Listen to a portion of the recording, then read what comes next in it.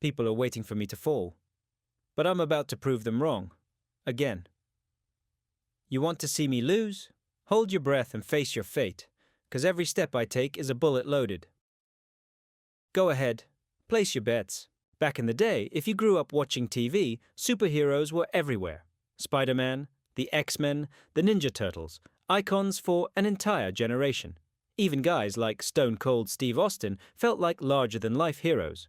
But in Japan, superheroes didn't just live in comic books or the WWE ring, they stepped into the cage, put their bodies on the line, and fought under bright lights for all of Japan to see. After the rise of Pride FC, MMA didn't just become popular, it became part of the culture. National broadcasts, prime-time slots.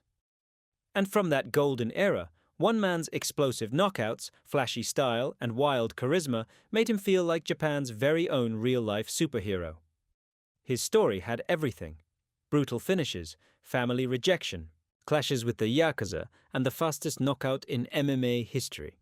This is the rise and fall of Norifumi Kid Yamamoto, Killer B himself, a legend in Japanese MMA.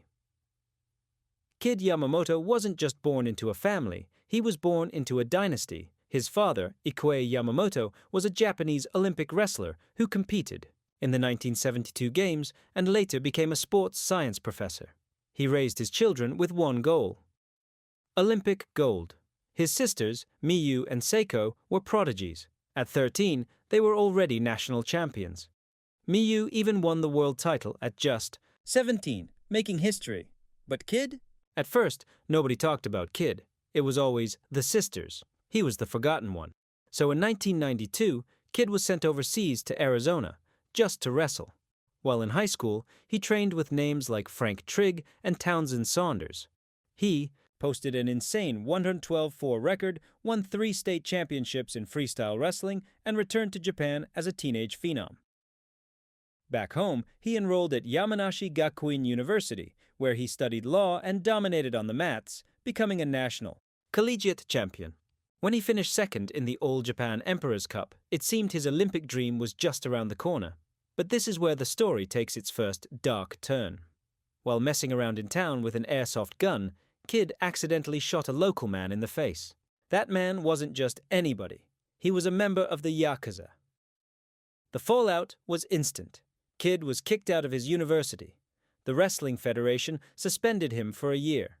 And just like that, the Olympic dream was dead. With nowhere to go, and his future hanging by a thread, he turned to someone close to the family, Ensign Inoue, a Japanese-Hawaiian MMA pioneer and Pride veteran who just happened to be dating Kid's sister. Ensign heard about what happened and offered him a lifeline. "Since you can't wrestle right now," he said, "come train MMA."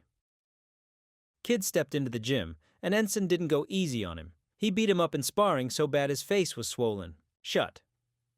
But the next day, Kid showed back up, ready to train again. That's when Ensign knew.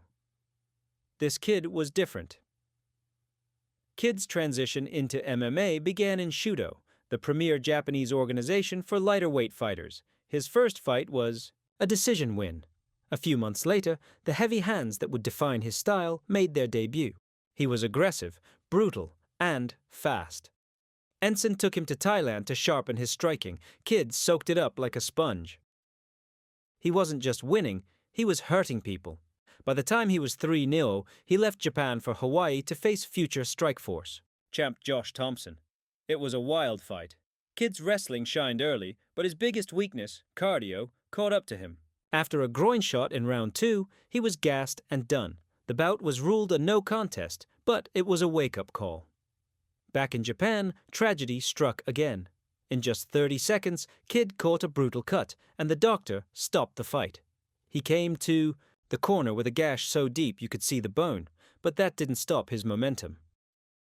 Kid bounced back with knockouts that made headlines, one after another.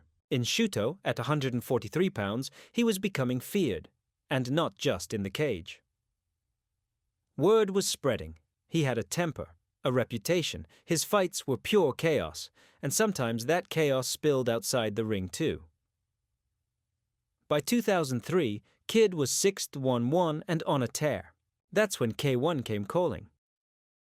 Now, K1 was the show in Japan. It wasn't just fights, it was a spectacle. They offered Kid $30,000 a fight, then $50,000. But he told Ensign, "I'd fight in K1 for free." He made his debut in February 2004 in the K1 World Max tournament. He clown-taunted his opponent mid-fight, but exhausted himself and couldn't continue. Still, he made a huge impression. Unfortunately, he also failed a post-fight drug test for marijuana, pulling a move straight out of the Nick Diaz playbook. Then came the breakout moment. In April, K1 launched their new MMA series. Kid was matched with a flashy American, nicknamed the Nunchuck Master. The crowd was electric, and in just 20 seconds, Kid took him down and tapped him out. The fans erupted. For the first time, Kid won by submission. 2 months later, he was up against a much larger K1 striker in a special rules bout. 1 round kickboxing, 1 round MMA. Kid was dropped early and nearly choked out in the second, but somehow pulled off the comeback submission. The crowd lost it, and with that win, his star went supernova. His next opponent, Norifumi Tunga, a terrifying Mongolian striker, was much bigger, but no match for Kid's speed and timing. And just like that, he was a national icon, and that's when his father came back into the picture.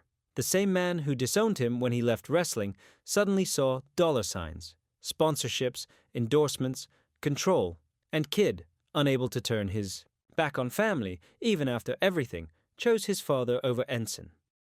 That decision broke their partnership. Ensign stepped away for good.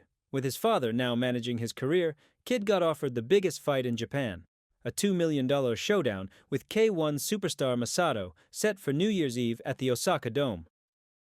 The arena was packed, 52,000 fans. It was the only Japan versus Japan fight on the card, and it stole the entire show. Kid came out swinging, dropping Masato early. The crowd lost their minds, the lady screaming over the commentary. That was the voice of a nation. But despite the fireworks, Kid lost the decision. Still, 34 million people watched that fight live, on public TV. Overnight, Kid Yamamoto became a superhero, and when Japan needed a new home for their MMA stars, the Fighting Entertainment Group created one, Heroes, a promotion built around lighter weight fighters. Built around Kid Yamamoto.